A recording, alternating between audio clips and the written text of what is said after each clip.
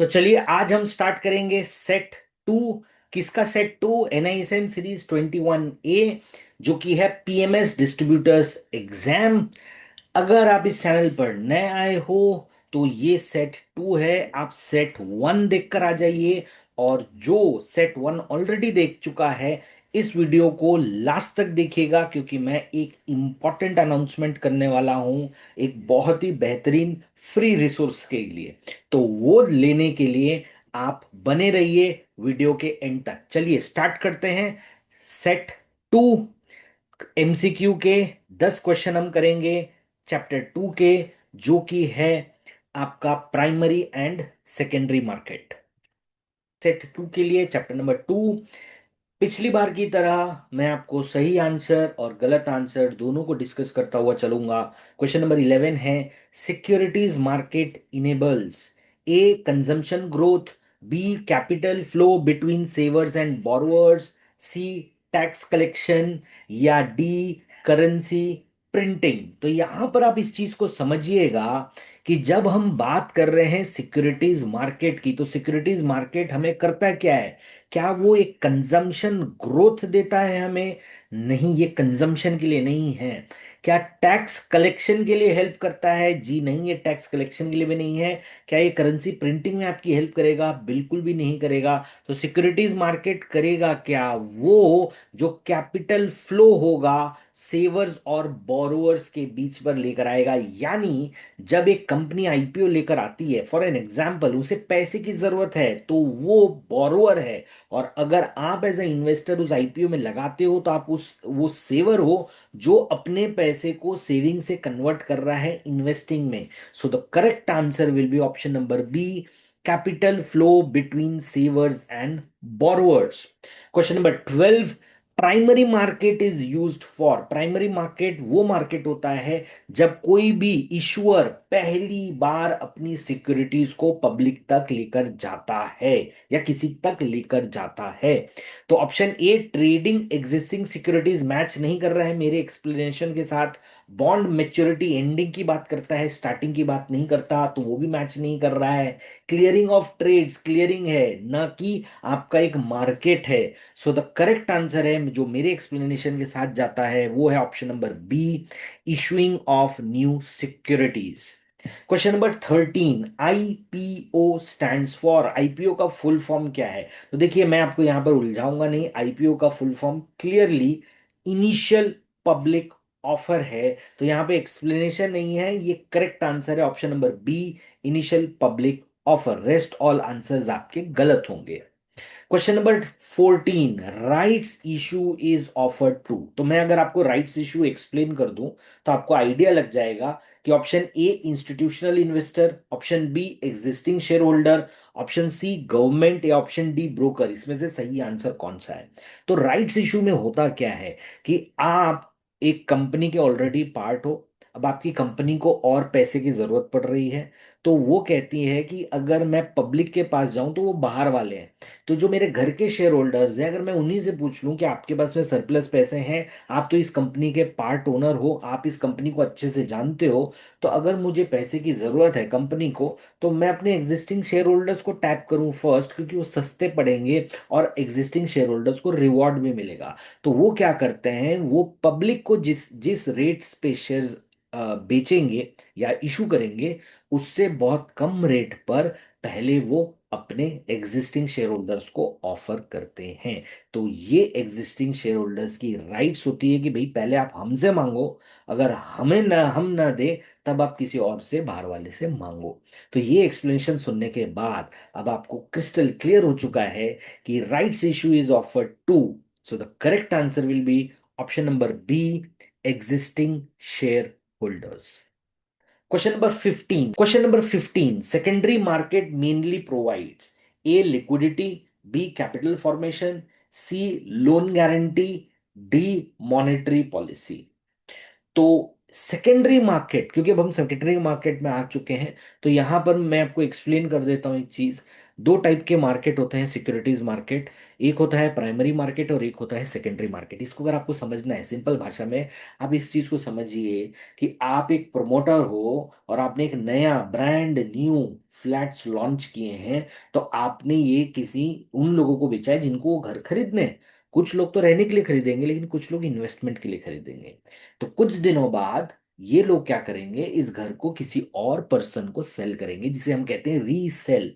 ठीक है, रीसेल कर देंगे। अब ये जो पूरी प्रक्रिया हुई इसको अब ऐसे समझिए, जब प्रमोटर ने अपने नए फ्लैट्स निकाले, फर्स्ट टाइम निकाले, वो हुआ primary market between issuer and the investor.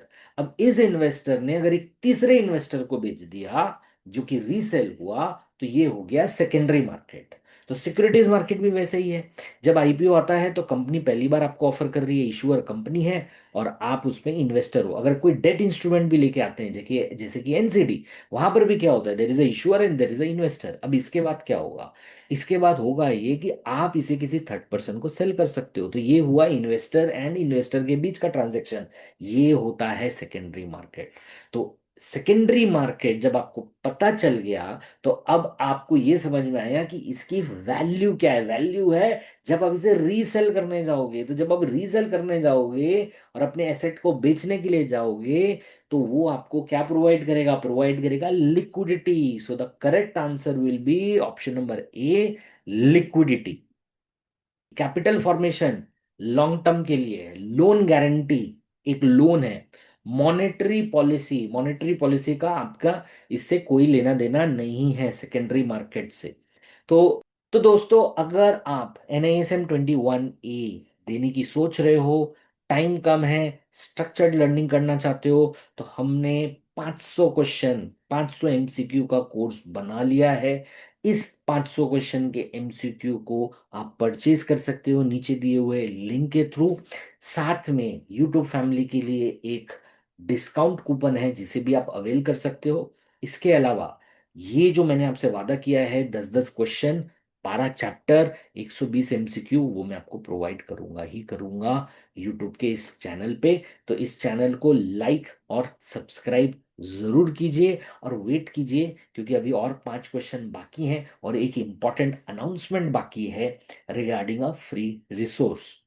So question number 16, OTC market means, option A trading through exchange, B direct trading between parties, C trading through RBI, या D auction trading.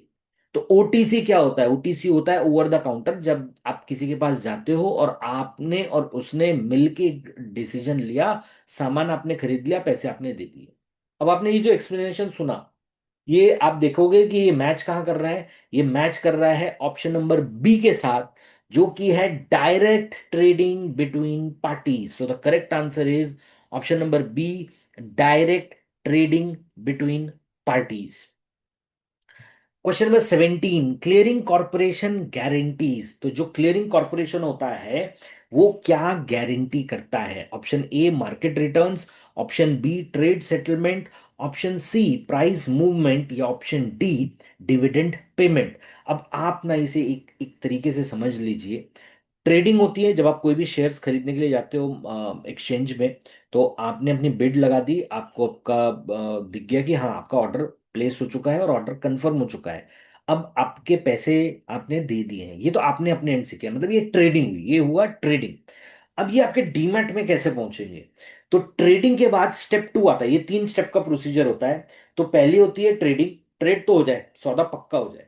उसके बाद अगला step होता है clearing, यानी किसका क्या हिसाब किताब है, क्योंकि दिन में आप एक ट्रेड नहीं करते हो ना, दिन में आप 20 ट्रेड कर सकते हो, 15 ट्रेड कर सकते हो, 5 ट्रेड कर सकते हो। तो इसका तो एक हिसाब किताब निकालना पड़ेगा भाई। आपने 2 शेयर खरीदे हैं, 4 शेयर बेचे हैं, तो इसमें आपके लेनदारी कितनी बन रही है, देनदारी कितनी बन रही है, कोई शेयर्स आपको मिलेंगे कि नहीं मिलेंगे, कि सब हिसाब किताब बराबर हो चुके हैं। तो ये जो कैलकुलेशन होता है, इसे हम सिंपल भाषा में कहते हैं क्लियरिंग। तो ट्रेडिंग हो गई, क्लियरिंग हो गई, हिसाब किताब हो गया, और यही क्लियरिंग लीड करती है सेटलमेंट में। क्योंकि एक्सचेंज को और आपको पता होना चाहिए कि आपसे क्या लेना है और क्या देना है, तो वो बीच वाला प्रोसीजर होता है क्लियरिंग, जो ट्रेडिंग के बाद होता है, और इस क्लियरिंग के माध्यम से ही सेटलमेंट थ्रू होता है आगे जाके स्टेप नंबर 3। तो इस एक्सप्लेनेशन के बाद अब आपको क्लियरली समझ में आएगा कि करेक्ट आंसर है क्लियरिंग कॉरपोरेशन आपकी ट्रेड सेटलमेंट की गारंटी लेता है। करेक्ट आंसर है option number B. Question number 18, depository hold securities in dash, A paper form, B physical lockers, C electronic form, या डी कमोडिटी फॉर्म। तो depository का मतलब क्या है? डिपॉजिटरी की जरूरत तब पड़ती है जब आप फिजिकल चीज को डीमटेरियलाइज कर लेते हो। तो जो डीमटेरियलाइज्ड होल्डिंग होती है उसे होल्ड करने के लिए आपको डिपॉजिटरी की जरूरत पड़ती है। ठीक है। तो ये जो डिपॉजिटरी होती है ये इलेक्ट्रॉनिक चीज को होल्ड कर रही है। तो अब आपको दिख जाएगा crystal clear, correct answer is option number C, electronic form. Question number 19, brokers earn income through, A tax, B brokerage, C government subsidy, या डी डिविडेंड। ब्रोकर ब्रोकरेज ही तो कमाएगा। So the correct answer is option number B, brokerage. अब हम question number 20 चालू करने के पहले जो मैंने आपसे वादा किया था कि मैं आपको एक इंपॉर्टेंट अनाउंसमेंट दूंगा, तो वो इंपॉर्टेंट अनाउंसमेंट ये है कि देखिए हमारे जो 10-10 क्वेश्चन के सेट्स हैं, 12 सेट्स, वो तो आपको अल्टरनेटिव डेज में आएंगे। बट अगर आपका एग्जाम 2 दिन बाद है या 3 दिन बाद है, तब आप क्या करेंगे? क्या आप वेट करेंगे कि यूट्यूब में आपके चैनल वीडियोस अपलोड हो, उसके बाद मैं वो 120 क्वेश्चन को समझूं और प्रैक्टिस करूं? तो इसके लिए हमने क्या किया है, हमने अपनी वेबसाइट पर आपके लिए एक रियल फील, जैसे आप एग्जाम में देते हो, जहां पर आपको एक एमसीक्यू आएगा, आप उसमें से सही आंसर सिलेक्ट करोगे और फिर आप देखोगे आपका आंसर सही है कि गलत है। तो एंटायर 120 क्वेश्चन जो आप यहाँ पर देख रहे हो वो हमने आपको एक रियल फील टेस्ट फॉर्मेट में, एग्जाम के टेस्ट फॉर्मेट में बना दिया है। नीचे में मैंने उसका भी रिसोर्स आपको दे दिया है। तो प्लीज इस रिसोर्स को यूज कीजिए और एक रियल फील एग्जामिनेशन के तौर पे इसकी तैयारी कीजिए। तो चलिए अब हम बढ़ते हैं क्वेश्चन नंबर 20 की तरफ। Question number 20, retail investor in IPO generally invest up to 5 lakhs, 10 lakhs, 2 lakhs, या 1 crore। तो the correct answer is they invest up to 2 lakhs। 2 lakhs के बाद में कैटेगरी चेंज होती है। ठीक है। तो दोस्तों उम्मीद करता हूं आपको ये हमारा प्रयास, ये वीडियो पसंद आ रहा है। तो हमें प्रोत्साहित करने के लिए प्लीज इस वीडियो को लाइक कीजिए, चैनल को प्लीज सब्सक्राइब कीजिए। 10,000 सब्सक्राइबर तक पहुंचने का हमारा लक्ष्य है। और अपने दोस्तों के साथ शेयर कीजिए ताकि लोगों को पता चल सके कि एक चैनल है जहां पर आप एनआईएसएम से रिलेटेड सारी जानकारियां एक जगह पा सकते हैं।